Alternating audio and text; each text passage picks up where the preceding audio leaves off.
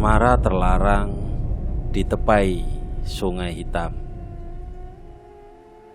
Tidak ada papan larangan di tepi sungai itu, tidak pula pagar bambu atau tanda cat merah di batang pohon. Namun setiap orang di desa tahu kapan harus berhenti melangkah, bukan karena ada yang melarang secara lisan, melainkan karena tubuh mereka sendiri yang menolak. Langkah melambat, dada terasa sesak, dan telinga menangkap suara yang tak pernah bisa dijelaskan dengan tepat. Sungai itu mengalir di balik rumpun bambu tua, sedikit menyimpang dari jalur sawah. Airnya tampak biasa dari kejauhan, kecoklatan, berkilau tipis saat matahari turun. Anak-anak masih bermain di sekitar pada sore hari, melempar batu, tertawa, lalu pulang sebelum azan maghrib. Yang berubah hanya satu hal, tidak ada yang kembali setelah gelap. Orang-orang dewasa tak pernah benar-benar membicarakannya.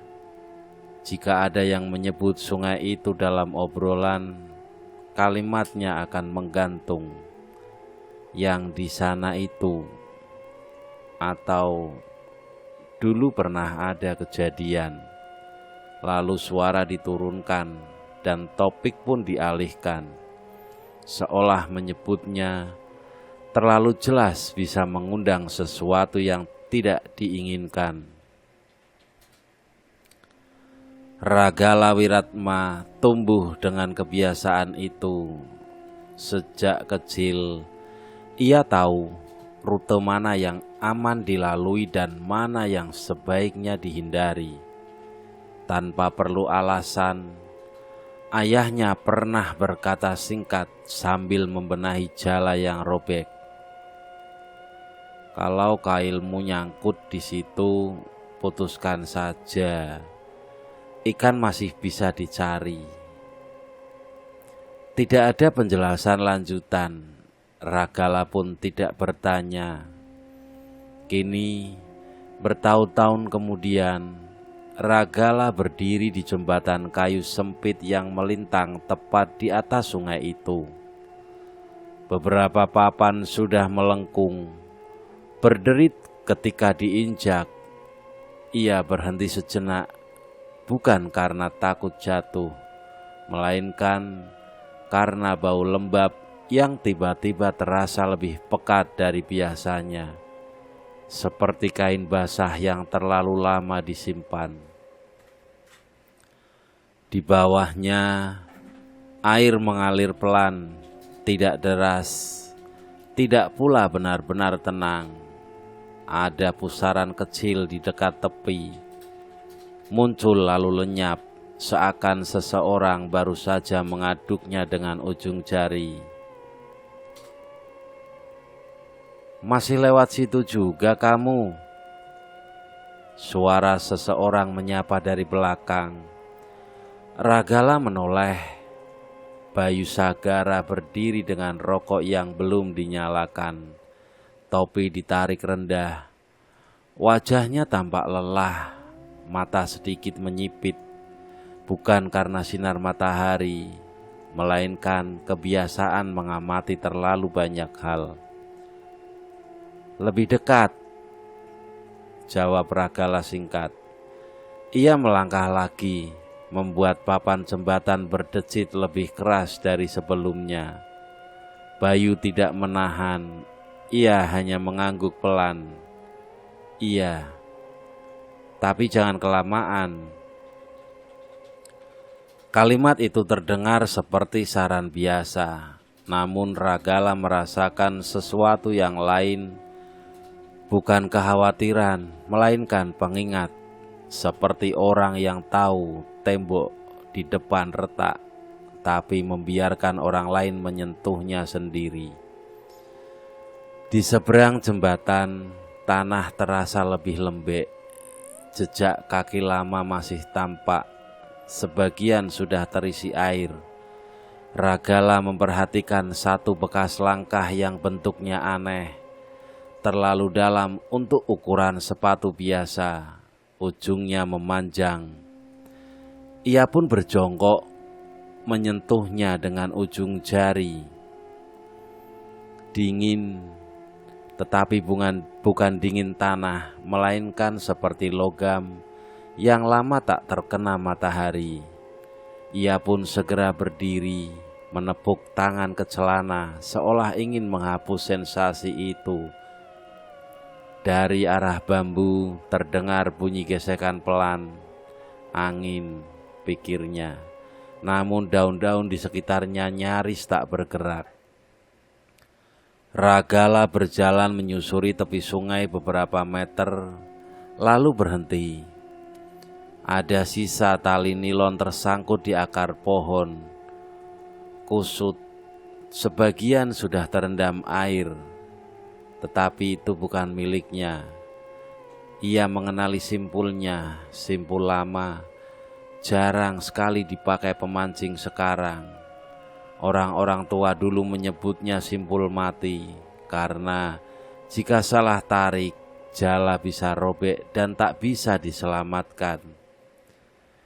Ia ragu sejenak lalu melepaskan tali itu. Saat ditarik, air di bawah beriak kecil dan untuk sesaat Ragala merasa seperti sedang ditarik balik. Bukan kuat, hanya cukup untuk membuat otot lengannya menegang. Kurang ajar, gumamnya, entah pada tali atau pada dirinya sendiri. Matahari sudah turun rendah, cahaya di sela bambu berubah kehijauan. Tidak hangat seperti senja biasanya. Ragala menyadari satu hal yang membuat tengkuknya meremang. Suara serangga belum muncul. Biasanya pada jam segini bunyi jangkrik sudah mulai bersahutan. Ia menoleh ke sungai lagi. Permukaan air kini tampak lebih gelap, seperti menyerap bayangan di sekitarnya.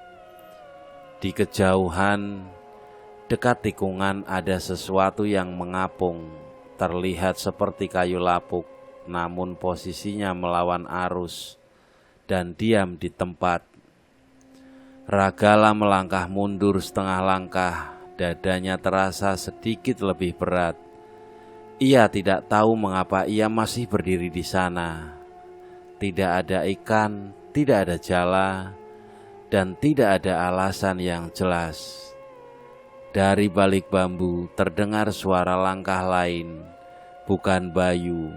Langkah ini lebih ringan, hampir seperti orang berjalan tanpa menekan tanah.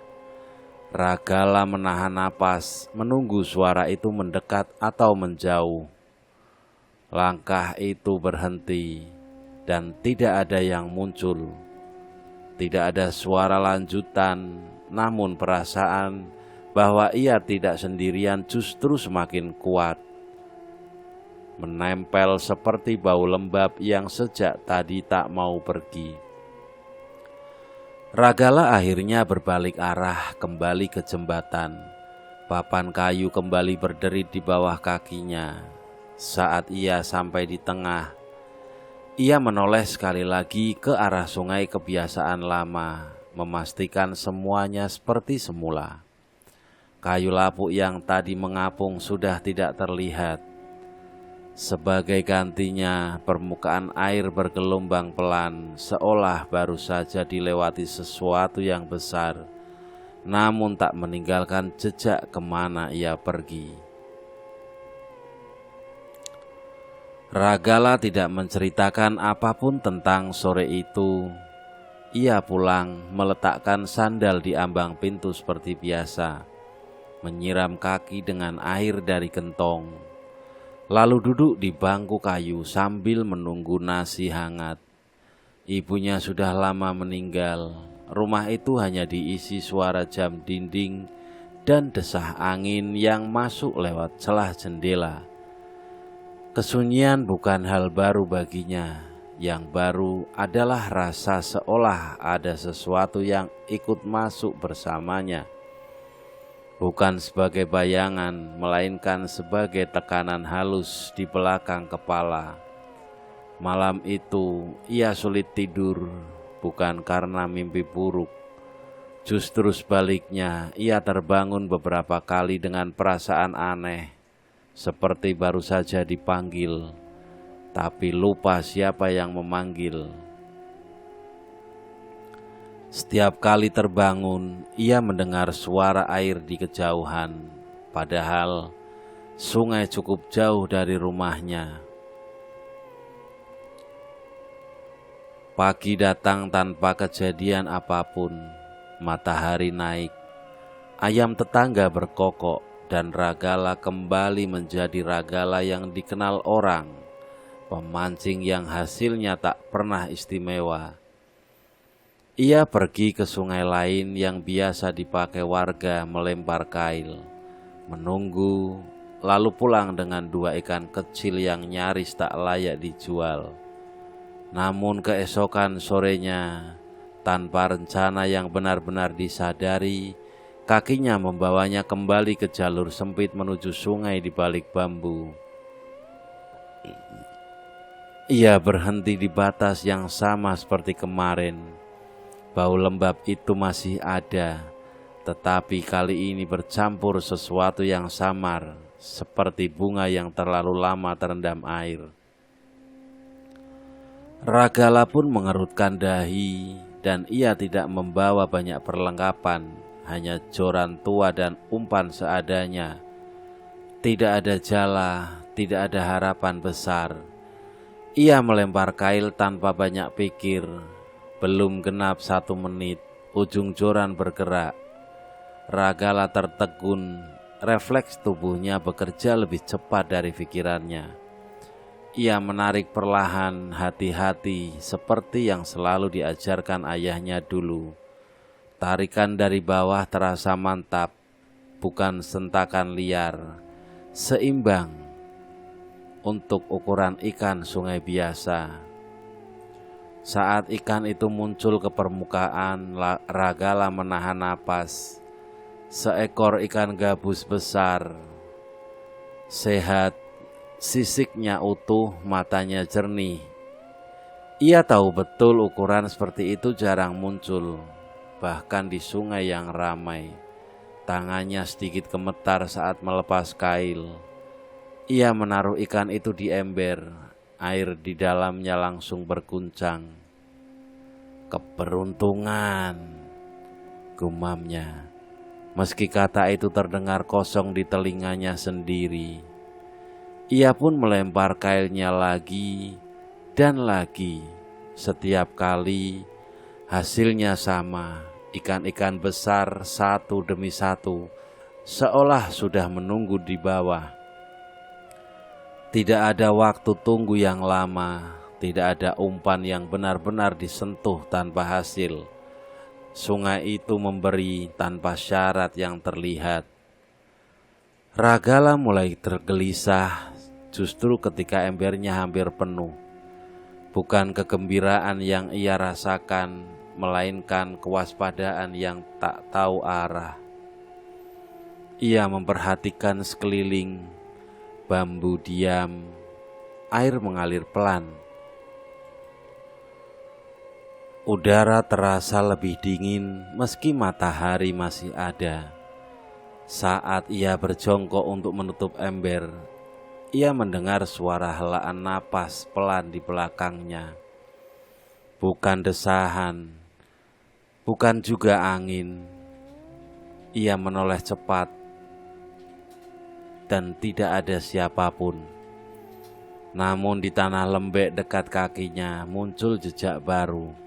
Bukan tapak kaki sepatu, bukan pula sandal. Terlalu sempit, terlalu rapi, seolah tanah itu hanya ditekan, bukan diinjak. Ragala berdiri, punggungnya menegang, joran hampir terlepas dari genggaman. Ia ingin pergi, tapi ada dorongan aneh untuk tetap tinggal. Bukan rasa penasaran, melainkan perasaan bahwa pergi sekarang justru akan membuat sesuatu menjadi salah. Cukup, katanya lirih, lebih seperti membujuk dirinya sendiri. Ia mengangkat ember dan saat itulah ia merasakan beban yang tidak masuk akal. Ember itu berat, jauh lebih berat dari yang seharusnya. Air di dalamnya berguncang namun tidak ada ikan yang meloncat. Semua tenang, patuh. Di jalan pulang, ia pun bertemu Bayu lagi. "Cepet juga," kata Bayu. Melirik ember itu sekilas, tatapannya berubah. Tidak kaget, tapi berhenti terlalu lama. "Dapat dari mana?" Ragala membuka mulut, lalu menutupnya lagi. "Biasa." Bayu mengangguk, tapi kerutan di dahinya tidak hilang. "Air lagi aneh hari ini," katanya pelan. "Kamu hati-hati." Ragala tidak menjawab. Ia pun segera melangkah pergi, meninggalkan Bayu yang masih berdiri di sana, menatap ke arah sungai yang tak terlihat dari jalan. Malamnya Ragala membersihkan ikan-ikan itu di belakang rumah. Saat pisaunya menyentuh perut ikan pertama, ia mencium bau bunga yang sama seperti di tepi sungai. Bau itu cepat hilang, tapi cukup lama untuk membuatnya berhenti bekerja. Ia mengangkat wajah, menatap halaman yang gelap. Untuk sesaat, ia merasa ada seseorang berdiri di luar jangkauan lampu, menunggu, bukan dengan sabar melainkan dengan keyakinan bahwa cepat atau lambat Ragala akan kembali ke tempat yang sama. Dan entah sejak kapan pikiran itu tidak sepenuhnya membuatnya ingin menolak. Hari-hari berikutnya berjalan seolah tidak terjadi apa-apa. Dan justru itu yang membuat Ragala gelisah. Ia bangun pagi, menjual ikan ke pengepul, menerima uang tanpa tawar-menawar yang biasanya panjang. Orang-orang memuji kualitas tangkapannya, menyebut sungai sedang murah hati. Ragala hanya mengangguk, menyimpan uang di saku tanpa menghitung ulang. Jemarinya masih mengingat berat ember yang tidak wajar itu. Ia mencoba memancing di tempat lain, sungai yang biasa dipakai warga, kolam kecil dekat kebun karet, bahkan parit besar di ujung desa. Hasilnya kembali biasa, cukup untuk dimakan. Tidak lebih, tidak buruk, tapi juga tidak istimewa. Seolah ada satu tempat saja yang mau memberinya lebih. Sore itu, sebelum matahari turun, Ragala berdiri lama di depan rumah. Jorannya disandarkan ke dinding, umpannya sudah disiapkan. Ia menunggu alasan untuk tidak pergi. Tidak ada yang datang. Perutnya terasa kosong bukan karena lapar, melainkan seperti ada ruang yang menuntut diisi. Ia berangkat tanpa pamit pada siapapun.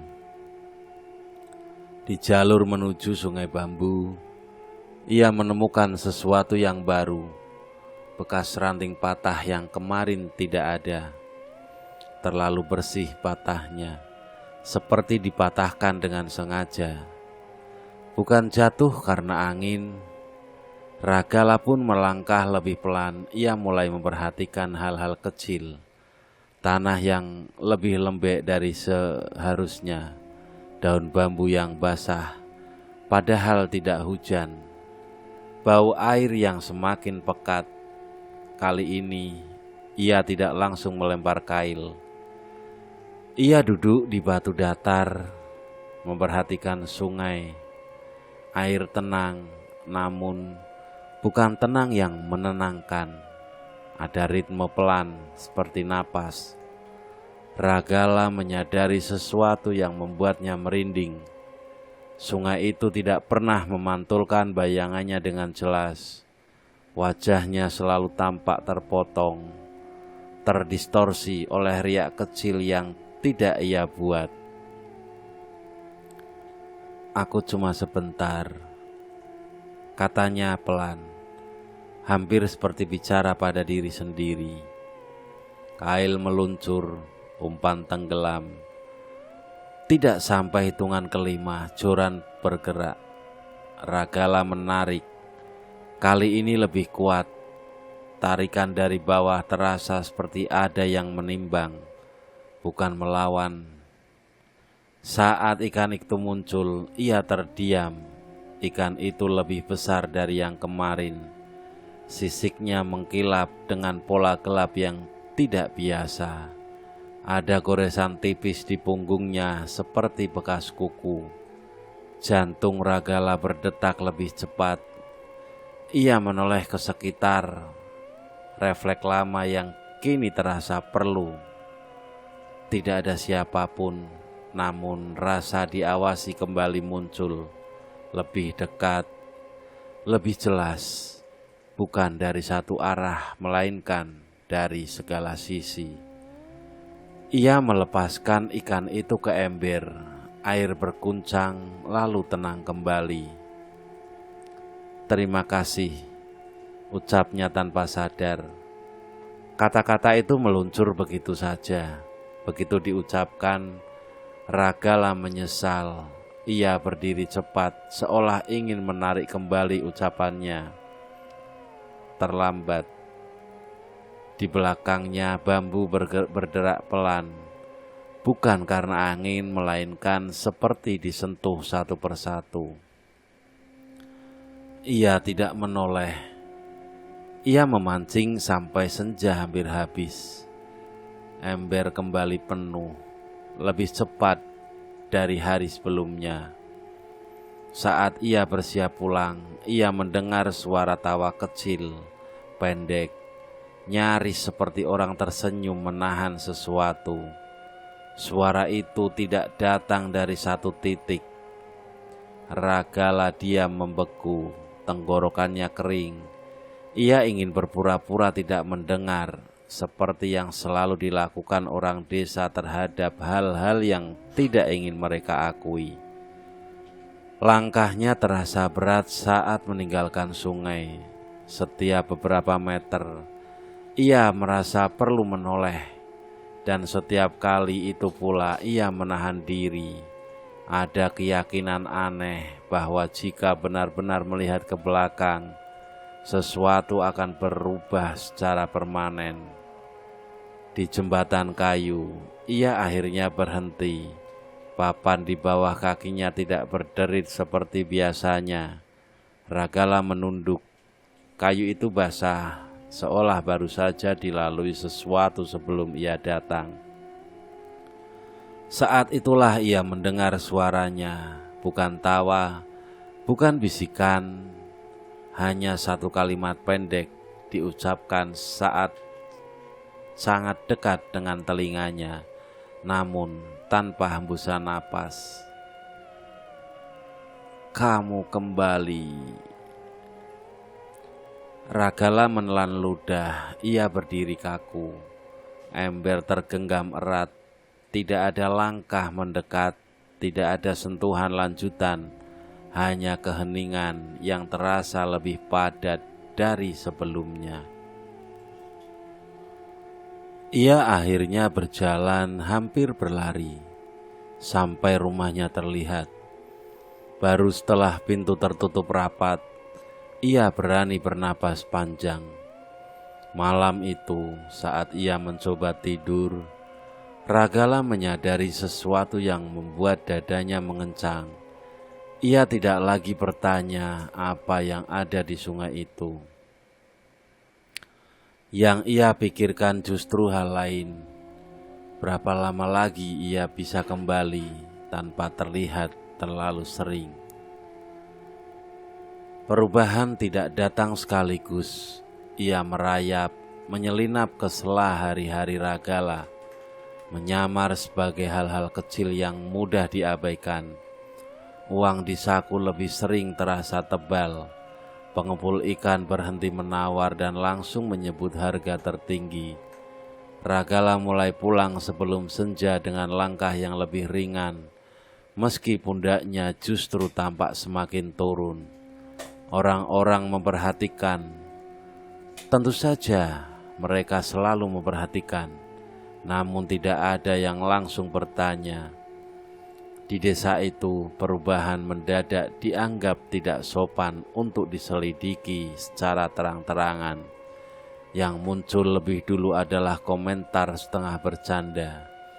"Wah, Ragala sekarang kalau lewat bau amisnya beda," kata seorang ibu di depan warung sambil tertawa kecil. "Ikan orang kaya." Ragala ikut tersenyum, tapi rahangnya mengeras. Ia membalas dengan anggukan singkat, lalu berjalan pergi. Di belakangnya tawa itu berhenti terlalu cepat. Ia mulai membeli hal-hal yang dulu hanya ia lihat dari kejauhan. Ember plastik baru, pisau filet yang tajamnya membuatnya harus lebih hati-hati. Bahkan sepatu boot karet yang ukurannya pas. Tidak ada pesta, tidak ada pamer. Ragala tahu betul bagaimana caranya tidak terlihat berlebihan. Ia hanya mengganti yang rusak, memperbaiki yang reot. Dari luar hidupnya tampak membaik secara wajar. Yang tidak wajar justru tubuhnya sendiri. Setiap bangun pagi, Ragala membutuhkan waktu lebih lama untuk berdiri. Otot-ototnya terasa kaku, seperti habis bekerja semalaman. Kadang ada nyeri di pergelangan tangan, bekas tarikan yang tidak ia ingat. Ia menepisnya sebagai kelelahan. Pemancing memang begitu, katanya pada diri sendiri. Air dingin kerja berulang. Namun ada hal lain yang mulai ia sadari. Ia semakin jarang merasa lapar.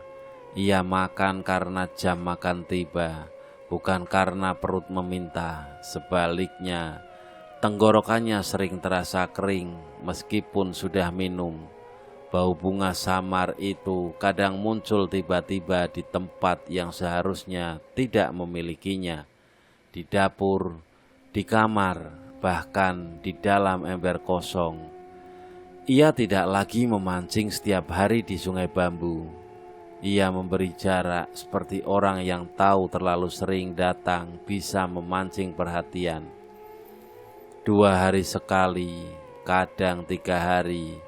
Setiap kali kembali, hasilnya terlalu cukup untuk membuat orang lain menggeleng pelan. Tidak pernah berlebihan, tidak pernah kurang. Sungai itu seolah mengerti batas yang ia pasang. Suatu sore, Ragala menemukan Bayu berdiri di dekat jalur sempit, seolah sedang menunggu seseorang yang sudah ia pastikan akan lewat. "Kamu jarang nongol sekarang," kata Bayu tanpa basa-basi. Ia tidak menyalakan rokoknya, hanya memutar-mutar batangnya di antara jari. Ragala berhenti. "Kerjaan." Bayu mengangguk, tapi matanya tidak beralih. "Kerjaan di mana?" "Macam-macam." Jawaban itu menggantung. Bayu pun menghela napas pendek, lalu menoleh ke arah rumpun bambu. Air di sana berubah, ikan dihilir pada menjauh. Ragala merasakan denyut kecil di pelipisnya. Ia menjaga suaranya tetap datar. "Lagi musim." "Mungkin," kata Bayu. Ia akhirnya menatap Ragala lagi. "Kamu mimpi aneh belakangan ini?" Pertanyaan itu membuat Ragala ingin tertawa, tapi yang keluar hanya tarikan napas. Kamu kurang tidur. Bayu tersenyum tipis. Iya mungkin. Mereka berpisah tanpa saling mengucapkan apapun lagi. Ragala melanjutkan langkah.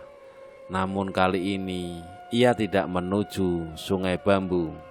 Ia memutar balik sebelum jembatan kayu, memilih jalan memutar yang lebih jauh. Keputusan itu terasa salah bahkan sebelum ia menyesalinya. Malamnya Ragala terbangun dengan jantung berdebar. Tidak ada suara, tidak ada mimpi yang biasa ia ingat. Namun rasa dipanggil itu kembali, lebih jelas, lebih dekat. Ia duduk di tepi ranjang menunggu sesuatu yang terjadi, namun tidak terjadi apa-apa. Keheningan itu justru terasa seperti teguran. Keesokan harinya, ia kembali ke Sungai Bambu lebih awal dari biasanya. Cahaya masih terang, namun udara terasa berat. Ia melempar kail dan menunggu. 1 menit, 2, 5, tidak ada tarikan sama sekali. Ragala menelan ludah untuk pertama kalinya sejak beberapa waktu lalu. Sungai itu diam, tidak memberi, tidak menolak, hanya ada riak kecil yang datang lalu pergi. Maaf, ucapnya pelan, tanpa benar-benar tahu kepada siapa. Ujung joran bergerak, tarikannya kali ini tajam, nyaris membuat joran terlepas. Ragala mengerahkan tenaga, giginya terkatup saat ikan itu muncul. Ia melihat sesuatu yang membuatnya berhenti bernapas sesaat. Bukan ukuran ikan itu, melainkan bekas luka lama di tubuhnya. Luka yang tampak seperti bekas ikatan. Ia melepaskan kail dengan tangan gemetar. Air di ember tidak berguncang. Ikan itu diam, menatapnya dengan mata yang terlalu tenang. Di sekelilingnya, bambu kembali berderak, lebih dekat dari sebelumnya. Ragala berdiri, dadanya naik turun. Ia merasa seperti telah melakukan kesalahan kecil yang dampaknya belum ia pahami. Saat ia meninggalkan sungai, langkahnya terasa diikuti, bukan dengan suara, melainkan dengan rasa seperti ada hitungan yang sedang berjalan. Dan untuk pertama kalinya sejak semua ini dimulai, Ragala bertanya pada dirinya sendiri, bukan apa yang akan ia dapatkan berikutnya, melainkan apa yang akan diminta sebagai gantinya. Ragala tidak langsung pulang hari itu. Ia berhenti di warung kecil dekat persimpangan, memesan kopi pahit meski perutnya terasa asing, seperti diisi udara. Bangku kayu berderit saat ia duduk. Warung itu biasanya ramai oleh obrolan ringan, tapi sore ini sepi, hanya radio tua yang bersuara terlalu pelan, seolah ikut menjaga jarak. Ia mengaduk kopi tanpa gula, memperhatikan pusaran kecil yang terbentuk lalu hilang. Polanya mengingatkannya pada sungai. Ia menghentikan sendoknya, menarik napas, lalu meminum seteguk. Rasa pahitnya tidak menempel di lidah seperti biasanya. Jarang kelihatan sekarang, kata pemilik warung dari balik etalase, tanpa menatap langsung. Ragala hanya mengangguk. Kerjaan, kata itu kembali keluar, terasa makin tipis maknanya. Pemilik warung tidak mengejar. Ia hanya menurunkan volume radio sedikit, seperti memberi ruang bagi sesuatu yang tidak ingin diucapkan. Saat Ragala berdiri untuk membayar, ia merasakan getaran singkat di saku celananya. Uang kertas di sana terasa lembab. Ia menariknya keluar, kering. Ia memasukkannya kembali, jantungnya berdenyut lebih cepat dari perlu. Ia membersihkan peralatan pancingnya setelah ia pulang ke rumah. Kemudian dia meneliti joran-joran tersebut. Setiap simpul ia cek ulang, setiap ujung kail ia gosok sampai berkilau. Bukan karena ingin sempurna, melainkan ia membutuhkan sesuatu untuk ditata.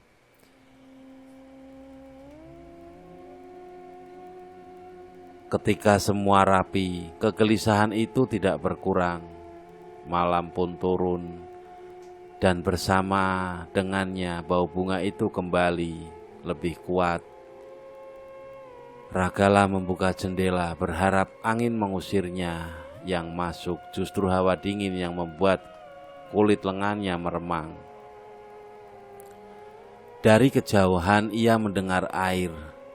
Bukan gemercik, melainkan seperti seseorang berjalan pelan di permukaan yang licin. Ia menutup jendela, tidurnya terpecah-pecah.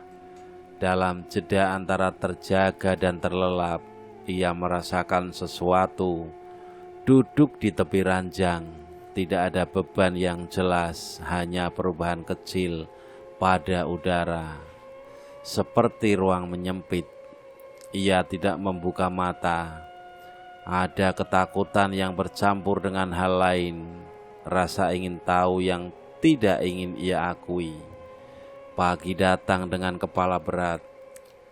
Ragala terbangun dan mendapati bekas tanah di lantai dekat pintu belakang. Tidak banyak, hanya noda kecil yang bentuknya tidak beraturan. Ia berdiri lama menatapnya, lalu menyapu tanpa benar-benar membersihkannya sampai bersih. Sebagian noda tetap tertinggal seperti bayangan.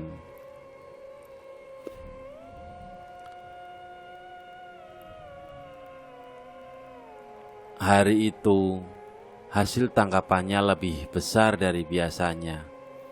Bukan dari sungai bambu, ia memancing di tempat lain.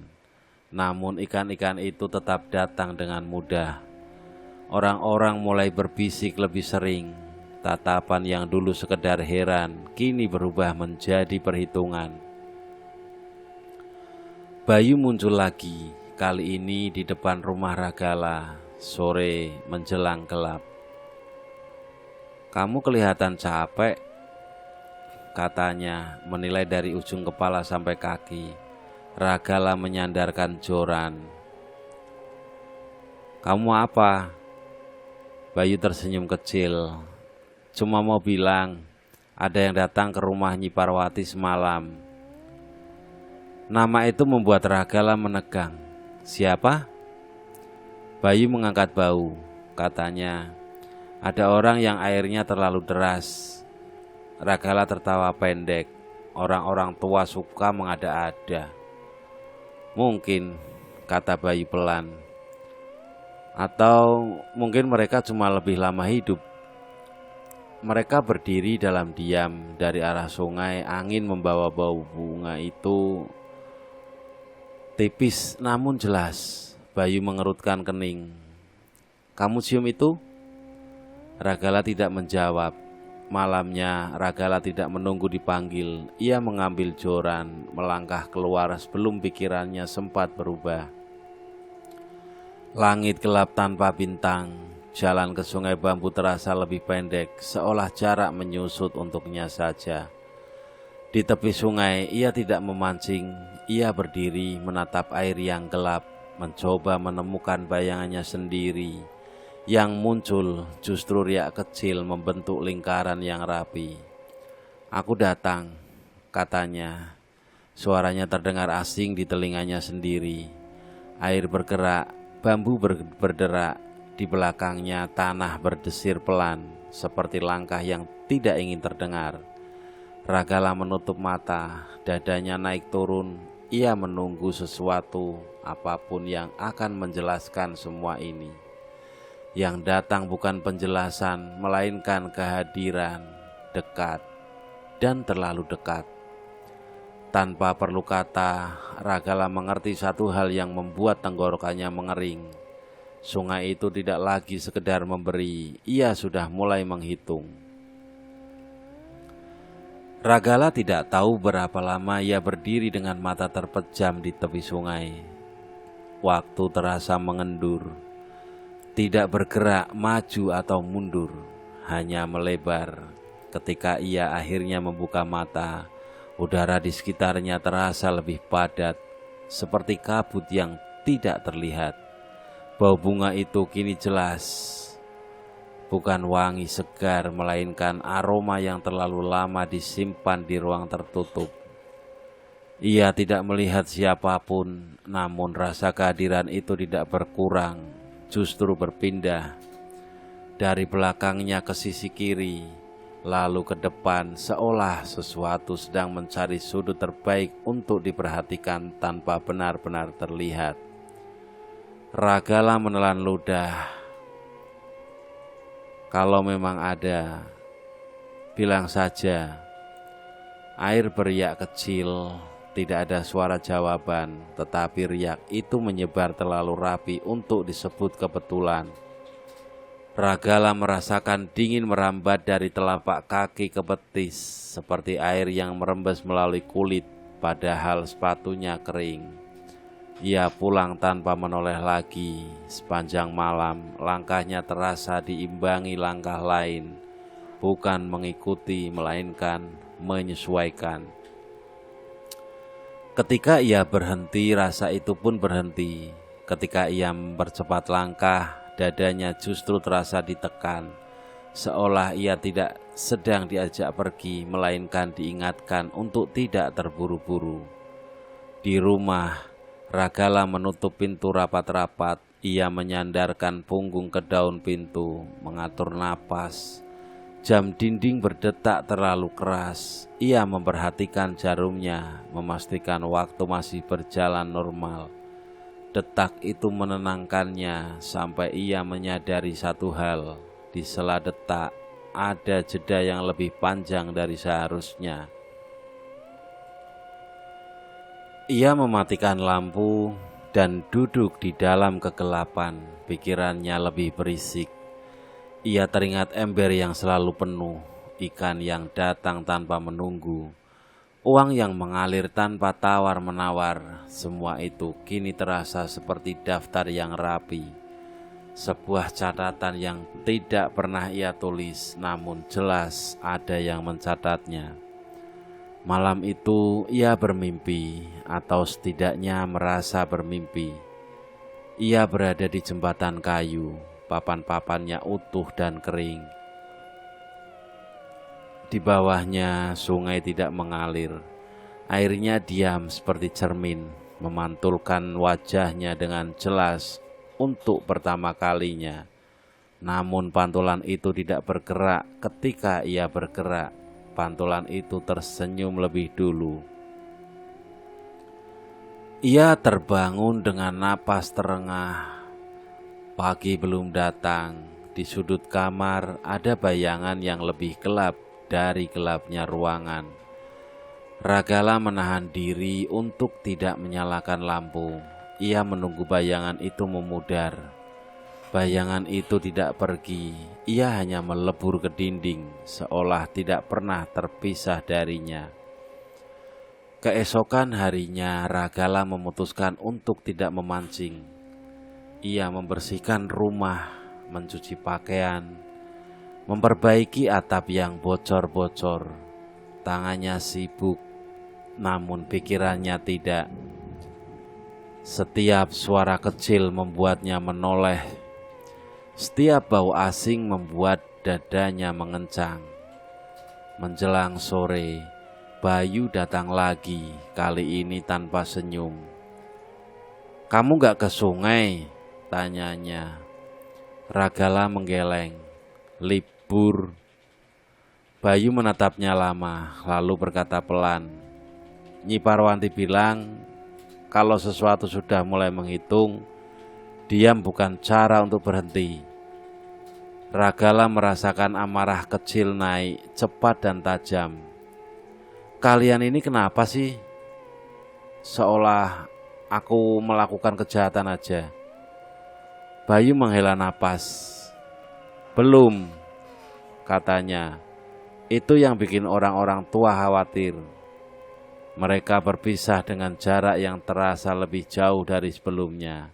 Ragala menutup pintu, bersandar, memijat pelipis. Kata belum itu berputar-putar di kepalanya. Malam datang lebih cepat. Ragala duduk di ranjang, memandangi Joran yang bersandar di sudut. Ia tidak berniat pergi, namun ketika jam dinding menunjukkan angka tertentu, angka yang entah sejak kapan terasa penting, dadanya berdenyut, bukan dorongan kuat, melainkan ketetapan yang tenang, seperti janji yang sudah lama dibuat. Ia berdiri mengambil Joran, kali ini tanpa ragu. Di sungai, air menyambutnya dengan riak kecil, seolah mengenali langkahnya. Ragala tidak bicara, ia tidak memancing. Ia hanya berdiri menunggu. Di permukaan air muncul lingkaran-lingkaran kecil satu persatu, membentuk pola yang berulang. Ragala memperhatikan lalu menyadari pola itu menyerupai hitungan, bukan angka, melainkan jarak yang sama, ritme yang konsisten. Sesuatu bergerak di balik bambu, tidak mendekat, tidak menjauh, seperti orang yang berdiri sambil menghitung waktu. Ragala merasakan keringat dingin di punggungnya. Ia mengerti, kini tanpa perlu dijelaskan, selama ia datang. Hitungan itu berlanjut. Selama ia menerima, catatan itu tetap rapi, dan ia belum tahu apa yang terjadi ketika hitungan itu mencapai angka yang terakhir. Pagi itu, Ragala bangun dengan rasa nyeri yang tidak langsung terasa sakit. Seperti memar yang baru akan menghitam, ia duduk lama di tepi ranjang, menunggu tubuhnya menyusul pikirannya. Jam dinding menunjukkan waktu yang tepat, nyaris terlalu tepat, seakan seseorang baru saja mengaturnya. Ia menyeduh kopi, lalu lupa meminumnya. Cangkir itu mendingin di atas meja, meninggalkan lingkar tipis di kayu. Ragala memperhatikan bekas itu lebih lama dari perlu. Polanya bulat, rapi. Ia menghapusnya dengan kain, tapi bekas samar masih tinggal. Ia membiarkannya. Hari itu ia tidak ke sungai. Ia berjalan ke arah lain, menyusuri jalan desa yang jarang ia lewati.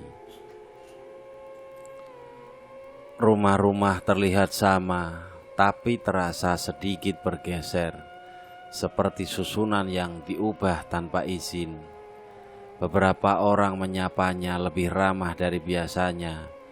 Ada yang menyebut namanya dengan nada kagum. Ragala menjawab singkat dan senyum seperlunya. Ia merasa seperti sedang dipelajari dari kejauhan. Di ujung jalan, ia berhenti di rumah Nyi Parwanti. Rumah itu rendah dan lebar, dindingnya kusam oleh waktu. Pintu depannya terbuka setengah, seolah menunggu tamu yang tidak diumumkan. Ragala berdiri di ambang, ragu, ia tidak mengetuk. Dari dalam, suara tua yang serak memanggil. Kalau sudah sampai, masuk saja. Di dalam, udara terasa berbeda, tidak dingin, tidak hangat. Bau bunga tidak ada, digantikan aroma kayu dan asap tipis. Nyi Parwanti duduk di kursi, rendah, punggungnya tegak, matanya tajam meski kelopak terlihat berat. Kamu kelihatan lebih kurus, nak. katanya tanpa basa-basi. Ragala duduk di tikar, menautkan jari. Saya baik-baik saja. Nyi Parwanti tersenyum kecil. Itu jawaban orang yang sudah lama tidak ditanya apa-apa. Dia menggantung. Ragala ingin mengatakan banyak hal, tapi semuanya terasa salah urut. Ia memilih yang paling aman. Air di sungai itu berubah. Air tidak pernah berubah sendiri, jawabnya Nyi Parwanti. Yang berubah itu perjanjian. Ragala mengangkat kepala. Saya tidak membuat perjanjian. Belum, kata Nyi Parwanti mengulang kata yang sama seperti Bayu. Tapi kamu sudah menerima dan itu cukup untuk memulai. Ragala merasakan panas naik ke tengkuk.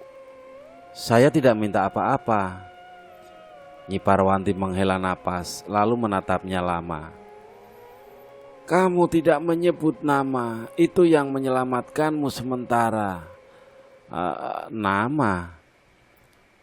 Perempuan itu menunduk, mengambil segenggam abu dari mangkuk kecil, lalu menaburkannya perlahan ke lantai. Abu itu membentuk garis tak beraturan. Kalau kamu memberi nama, kamu mengikat.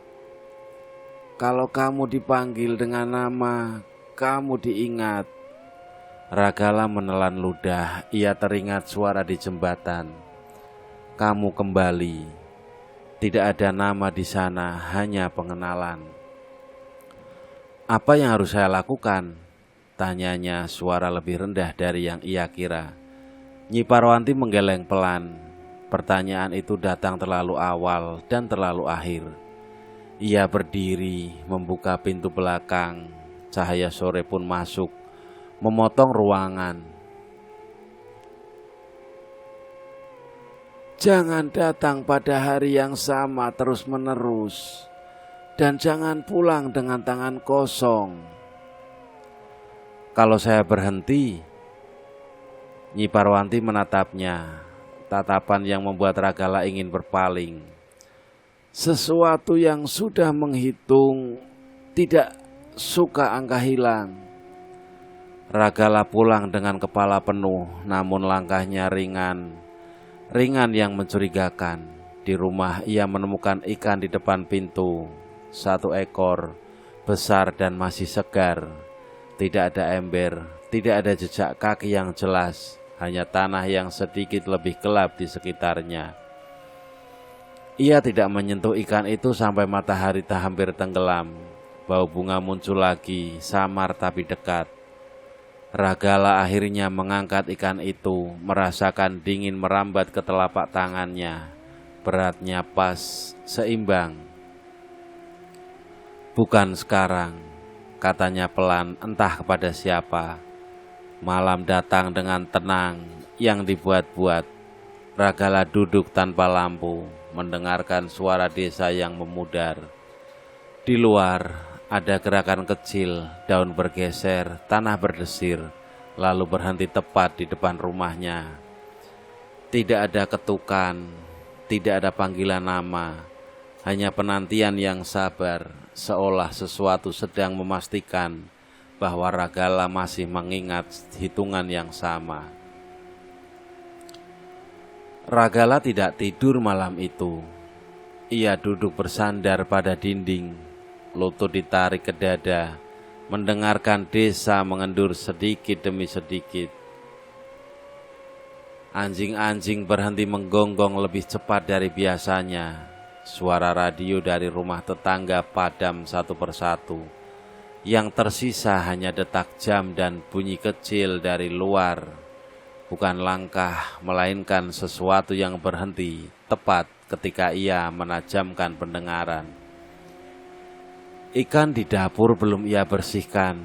Ia membiarkannya di dalam baskom. Airnya tenang, seperti menunggu izin. Setiap kali ia berdiri untuk menutup pintu belakang, bau bunga itu muncul, lalu surut ketika ia kembali duduk. Seolah ada aturan tak tertulis yang sedang diuji. Siapa yang akan bergerak lebih dulu? Ketika jam dinding melewati angka yang sama seperti malam sebelumnya, Ragala merasakan dorongan yang tidak lagi menyerupai ajakan, bukan juga paksaan, lebih mirip kepastian.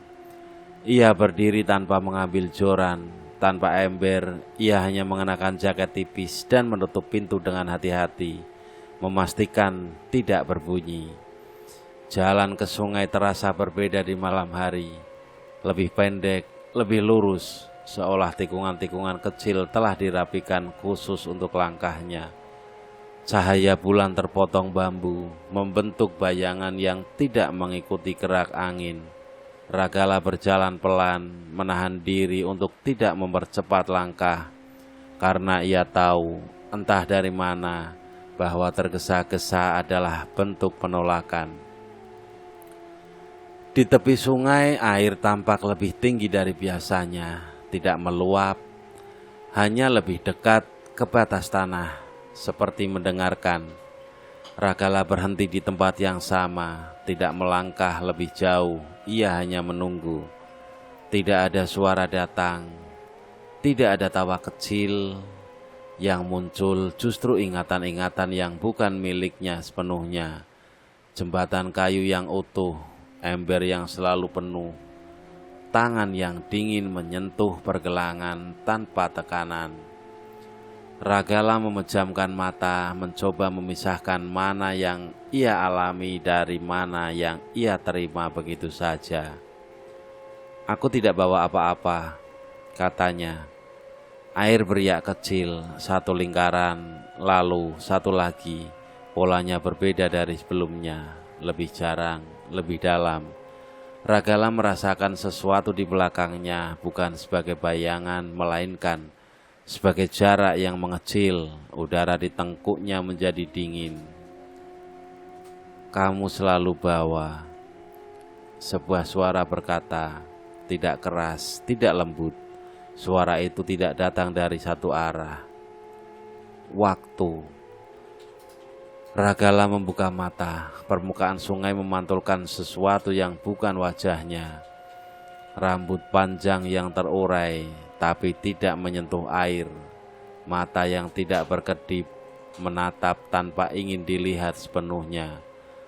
Pantulan itu bergeser ketika ia menggeser kaki. Ia menelan ludah. "Aku tidak menyebut nama." Ada jeda seperti hitungan yang dihentikan sebentar. "Itu sebabnya kamu masih berdiri," suara itu menjawab. Ragala ingin bertanya banyak hal tentang hitungan, tentang ikan, tentang apa yang akan terjadi jika ia berhenti. Namun pertanyaan-pertanyaan itu terasa seperti undangan yang tidak ingin ia kirim. Di permukaan, ikan-ikan muncul, bukan meloncat, hanya terlihat sebentar, satu persatu, lalu tenggelam lagi. Jumlahnya pas dan selalu pas. Ragala menyadari sesuatu yang membuat dadanya mengencang. Ia mengenali setiap pola sisik itu. Ikan-ikan yang pernah ia bawa pulang, yang pernah ia jual, yang pernah ia terima. "Apa yang kamu mau?" tanyanya. Suara itu terdengar lebih dekat. "Konsistensi." Kata itu sederhana tapi berat. Ragala mengangguk pelan, lebih kepada dirinya sendiri. Ia tidak berkata ya atau tidak. Ia hanya berdiri, membiarkan malam mencatat kehadirannya. Ketika ia berbalik untuk pergi, air kembali tenang, bau bunga memudar. Tidak ada yang mengikuti, namun di dadanya ada rasa hangat yang tidak ia kenali. Bukan lega, bukan takut, seperti cap yang ditekan terlalu pelan untuk disebut luka. Setibanya di rumah, ikan di baskom sudah tidak ada. Airnya berkurang, menyisakan sisi kecil di dasar. Ragala duduk di lantai, menatapnya lama. Ia tidak membersihkannya dan ia pun tidak marah. Di luar angin bergerak ringan, di kejauhan sungai mengalir seperti biasa. Namun Ragala tahu mulai malam itu bukan ia yang memilih kapan datang. Malam sendirilah yang akan memilihnya. Ragala mulai lupa rasa lelah yang wajar. Yang tersisa hanyalah letih yang tidak pulih oleh tidur. Seperti tubuhnya terus dipakai meski ia merasa sedang diam. Ia bangun dengan napas pendek. Dada terasa ditekan dari dalam, seolah ada sesuatu yang mengukur ruang di sana dan menemukan kekurangan. Hari-harinya berjalan rapi, terlalu rapi. Jam bangun, jam berangkat, jam pulang, semuanya jatuh di waktu yang sama tanpa ia atur. Uang terus datang, ikan selalu cukup. Tidak ada lagi kebetulan kecil yang dulu membuat hidup terasa hidup. Semua kini tepat dan ketepatan itu menggerogoti. Orang-orang berhenti bertanya, mereka mulai menerima keberuntungan Ragala sebagai sesuatu yang sudah seharusnya. Tatapan iri mengendur digantikan hormat yang tidak hangat. Ia menjadi bagian dari jarak, dikenal tapi tidak disentuh. Anak-anak berhenti berlari ketika ia lewat. Anjing-anjing menunduk, ekornya diam. Bayu tidak lagi datang. Suatu sore, Ragala mencoba mematahkan pola. Ia tidak pergi ke sungai. Meski dadanya berdenyut pelan mengikuti jam dinding, ia duduk di beranda menunggu azan maghrib. Ketika suara itu terdengar, denyutnya tidak hilang, justru berpindah ke pergelangan tangan, ke leher, ke belakang lutut. Tubuhnya seperti mengingat sesuatu yang ia abaikan. Malam turun, dan malam itu berbeda. Tidak ada bau bunga, tidak ada suara air. Keheningan terasa terlalu bersih, seperti raungan yang baru disapu sebelum tamu datang. Ragala berbaring memaksa mata terpejam. Ia terbangun dengan rasa dingin di punggung. Tidak ada sentuhan, namun kulitnya bereaksi seperti disentuh. Ia duduk meraih lampu, menyalakannya. Cahaya menyentak ruangan kosong. Namun di cermin kecil dekat lemari, pantulannya bergerak melambat. Bukan banyak, tetapi cukup untuk membuatnya berdiri terpaku. "Berhenti," katanya. Pantulan itu menyusul gerakannya, kembali normal. Ragala mematikan lampu. Ia tahu menatap terlalu lama adalah bentuk undangan. Keesokan paginya, Nyi Parwanti datang tanpa pesan. Ia berdiri di ambang pintu, tidak masuk. "Kamu melewatkan satu," katanya pelan. Ragala mengerutkan kening. "Satu apa?" "Datang," jawabnya. "Hitungan tidak suka lubang." Ragala merasakan panas menjalar ke wajahnya. "Saya capek." Nyi Parwanti menatapnya lama, seolah menimbang sisa yang ada. "Yang capek itu bukan kamu," katanya. "Tubuhmu hanya dipinjam." Kata-kata itu menancap tanpa suara. Ragala ingin membantah, tapi yang keluar hanya napas berat. "Apakah masih ada jalan?" tanyanya. Nyi Parwanti menggeleng pelan. "Ada batas. Kamu sudah melewatinya tanpa sadar." Malam itu Ragala pergi lebih awal, langkahnya goyah. Bukan karena ragu, melainkan karena tubuhnya terasa berat di tempat yang salah. Sungai menyambutnya tanpa riak. Permukaannya halus, memantulkan bulan yang terlalu dekat. Ia berdiri di tepi, mencoba menjaga jarak. Udara di sekitarnya berubah. Bau bunga muncul, menutup tenggorokan. Ragala merasa hangat yang tidak menyenangkan, seperti demam yang datang dengan kenangan. "Kamu telat," suara itu berkata. "Aku di sini." jawab Ragala. Aku tidak pergi. Ada jeda panjang, seperti menimbang harga. Kamu menipiskan dirimu sendiri, suara itu melanjutkan. Itu bukan bagian dari kesepakatan. Aku tidak pernah menyepakati apapun. Ragala membantah. Kali ini lebih tegas. Air beriak, lingkarannya rapat, cepat, seperti hitungan yang dipercepat. Kamu menerima, kamu kembali, dan kamu mengulang. Ragala merasakan sesuatu menariknya. Bukan ke air, melainkan ke dalam. Dadanya terasa sesak, penglihatannya menggelap di pinggir. Ia bertahan dengan menancapkan kaki ke tanah, merasakan lumpur menyusup ke sepatu. Tidak malam ini, katanya terengah. Keheningan turun tiba-tiba, bau bunga menipis.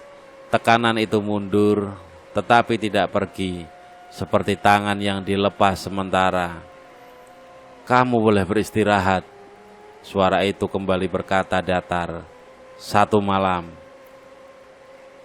Ragala jatuh berlutut, napasnya berantakan. Ia mengangkat wajah, ingin melihat, ingin memastikan. Yang ia lihat hanya pantulan bulan yang retak oleh riak kecil. Di rumah, ia muntah tanpa isi. Tubuhnya bergetar. Saat ia berbaring, ia sadar akan satu hal yang membuat matanya terbuka lebar dalam gelap. Tanggal di kalender dinding sudah dilingkari tipis, lingkaran yang tidak ia buat. Selasa Kliwon. Dan untuk pertama kalinya Ragala tahu bahwa hitungan itu tidak lagi soal ikan atau datang dan pergi. Hitungan itu kini menyentuh batas tubuhnya sendiri. Ragala bangun menjelang sore dengan tubuh yang terasa bukan sepenuhnya miliknya. Setiap sendi memberi isyarat yang berbeda, tidak serempak, seolah ada koordinasi baru yang belum ia pelajari. Di dinding kalender bergoyang, pelan tertiup angin dari jendela yang terbuka setengah. Lingkaran tipis di tanggal itu tampak lebih tebal, seperti baru ditimpa garis lain. Ia duduk lama, menunggu detak jantungnya kembali ke ritme yang ia kenal. Namun tidak sepenuhnya berhasil. Di luar, desa berjalan seperti biasa. Ada suara ember beradu, tawa anak-anak yang putus di tikungan. Motor melintas lalu menghilang. Ragala merasakan jarak yang aneh, seolah semua itu terjadi di balik kaca. Ia berdiri mengambil jaket dan berhenti ketika melihat cermin. Pantulannya menyusul dengan jeda yang hampir tak terlihat.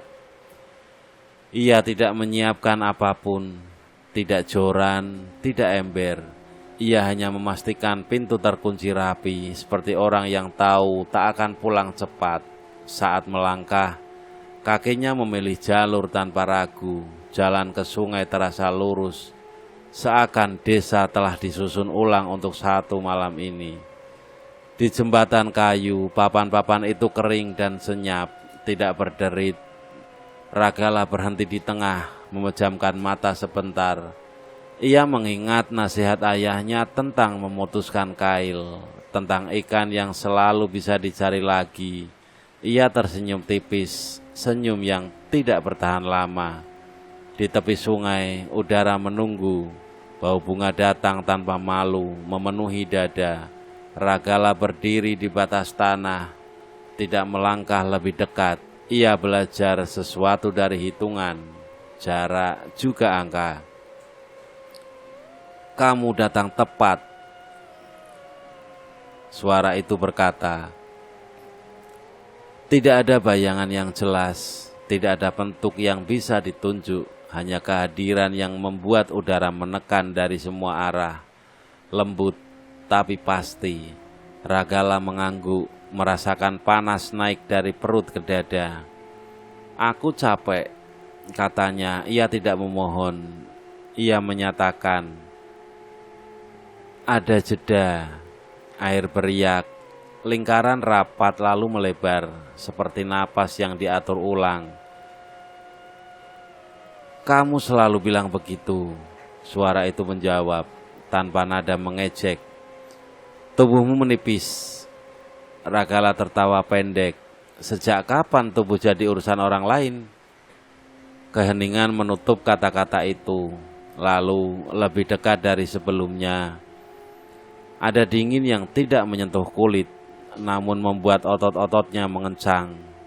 Ragala merasakan tarikan, bukan ke air, melainkan ke dalam dirinya sendiri, seperti pintu yang ditutup dari sisi yang salah. "Aku tidak menyebut nama," katanya cepat, menahan napas. "Kamu tidak perlu," jawab suara itu. "Kita sudah saling ingat." Ragala mencoba mundur. Tanah di bawah kakinya lunak, menahan dengan sabar. Bukan jebakan, melainkan kepastian. Ia menancapkan tumit, merasakan lumpur menyusup, dingin pun merayap naik. Dadanya berdenyut keras, penglihatannya menyempit di tepi, menyisakan sungai yang kini tampak terlalu dekat. "Cukup," katanya, kali ini suaranya pecah. Ada sentuhan, bukan pada kulit, melainkan pada ritme. Jantungnya tersendat, lalu dipaksa mengikuti ketukan lain yang tidak ia kenal. Ragala terhunyung berlutut. Udara terasa berat seperti kain basah. Ia mencoba menarik napas panjang, tapi napas itu seperti dipotong-potong. Hitungan terakhir, suara itu berkata, datar dan hampir lembut. Ragala mengangkat wajah. Di permukaan air, bulan terbelah oleh riak yang cepat. Ia berpikir tentang ikan-ikan yang selalu pas, tentang ember yang tak pernah kosong, tentang malam-malam yang memilihnya.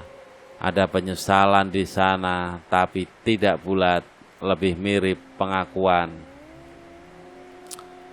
Ia rebah ke samping dan tanah terasa dingin di pipinya. Bau bunga memenuhi segalanya, lalu perlahan menjauh. Detak di dadanya melambat, tidak kembali ke irama lama. Ragala menghela napas terakhir yang tidak benar-benar panjang. Pagi menemukan sungai seperti biasa, air mengalir, bambu berderak oleh angin, gubuk di tepi yang jarang diperhatikan orang, menyimpan tubuh Ragala dengan wajah tenang, seolah tidur yang akhirnya utuh. Tidak ada tanda perlawanan, tidak ada yang hilang. Bayu berdiri di jembatan, topinya ditarik rendah. Nyi Parwanti tidak mendekat, ia hanya menaburkan abu tipis ke tanah, membentuk garis yang tidak ditutup rapat. "Hitungan selesai," katanya pelan. Namun di sore hari, seorang pemancing lain melempar kail di hilir. Tarikannya terasa ringan, lalu pas. Embernya terisi cepat, ia pulang dengan senyum yang belum tahu harus kemana. Di tinggungan sungai, riak kecil muncul, tapi menghitung jarak dengan sabar.